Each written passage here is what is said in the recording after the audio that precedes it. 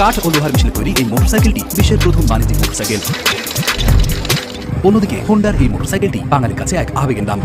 এর মাঝে এসেছে বিভিন্ন ধরনের মোটর বাইক, যা এই আধুনিক সময়ে এসে বেশ অদ্ভুত লাগে এবং কখনো কখনো নস্টালজিক। আজ জানাবো মোটরসাইকেলের ইতিহাসে যুগান্তকারী সব মোটরসাইকেল সম্পর্কে। আচ্ছা, আপনি কোন মডেলের মোটরসাইকেলটি ব্যবহার করছেন? 1885 সালে তৈরি করা ডাইমলার রেট ওয়াগন নামের এই মোটরসাইকেলটি 265 সিসির হলেও তা চলতে পারত সর্বোচ্চ 11 কিলোমিটার গতিতে। এক সিলিন্ডার ইঞ্জিনের এই বাইকটি পেট্রোল দিয়ে চালানো হতো। অনেকটা আমাদের পরিচিত শ্যালো মেশিনের মতো হাতল ঘুরিয়ে চালু করতে হতো এর ইঞ্জিনটি। একটানা প্রায় 2 ঘন্টা চলতে সক্ষম ডাইমলার রেট ওয়াগনে একজন মাত্র চড়তে পারত। সিটটি তৈরি করা হয়েছিল অনেকটা ঘোড়ার জিনের আদলে চামড়া দিয়ে। সেই সময় বাইকটির দাম ছিল 150 মার্ক, যা বর্তমান সময়ে প্রায় 2300 মার্কিন ডলারের সমান।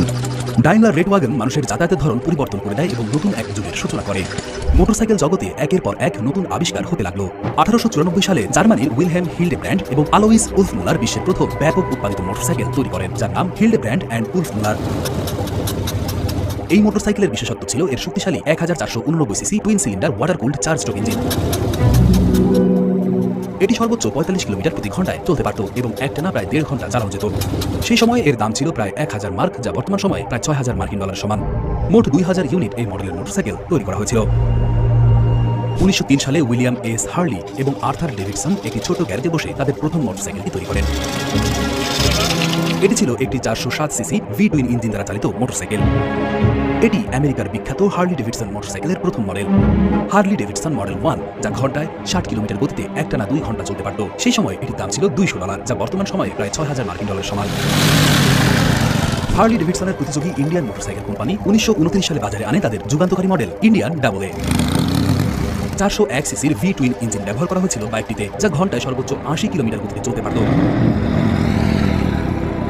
শক্তিশালী পারফরমেন্সের ইন্ডিয়ান এ সেই সময়ের জন্য একটি উল্লেখযোগ্য আবিষ্কার ছিল, যা মোটরসাইকেল জগতে নতুন মান স্থাপন করে। বিখ্যাত এই বাইকটি 25,000 ইউনিট তৈরি করা হয়েছিল। যুগান্তকারী মডেল ইন্ডিয়ান ডাবল এ অনেকটা শ্যালো মেশিনের মতো দেখতে এক ইঞ্জিন দিয়ে 1936 সালে বাজারে আসে লিস্টার ডি 1936 নামের মোটরসাইকেল, যা র্যাট বাইক নামেও পরিচিত। 1.5 হর্স পাওয়ারের এই মোটরসাইকেলটি ঘন্টায় সর্বোচ্চ 50 কিলোমিটার গতিতে ছুটতে পারত। 1923 সালে জার্মানির বিখ্যাত প্রতিষ্ঠান BMW তাদের প্রথম মোটরসাইকেল R32 বাজারে নিয়ে আসে। 494 সিসি বক্সার টুইন ইঞ্জিনটি মোটরসাইকেল জগতে নতুন মান স্থাপন করেছিল। এটি ঘন্টায় প্রায় 95 কিলোমিটার গতিতে চলতে পারত। প্রথম BMW R32 এর দাম ছিল 2200 রাইখ মার্ক, যা বর্তমান সময়ে প্রায় 13,000 মার্কিন ডলারের সমান। এই মডেলের মোট 3090টি মোটরসাইকেল তৈরি করে BMW। 2015 সালে কাওয়াসাকি তাদের H2R মডেলের মাধ্যমে মোটরসাইকেল জগতে এক নতুন অধ্যায়ের সূচনা করে। 998 CC super charge inline 4 engine দ্বারা চালিত এই মোটরসাইকেলটি ঘন্টায় 400 কিলোমিটার গতিতে চলতে পারে।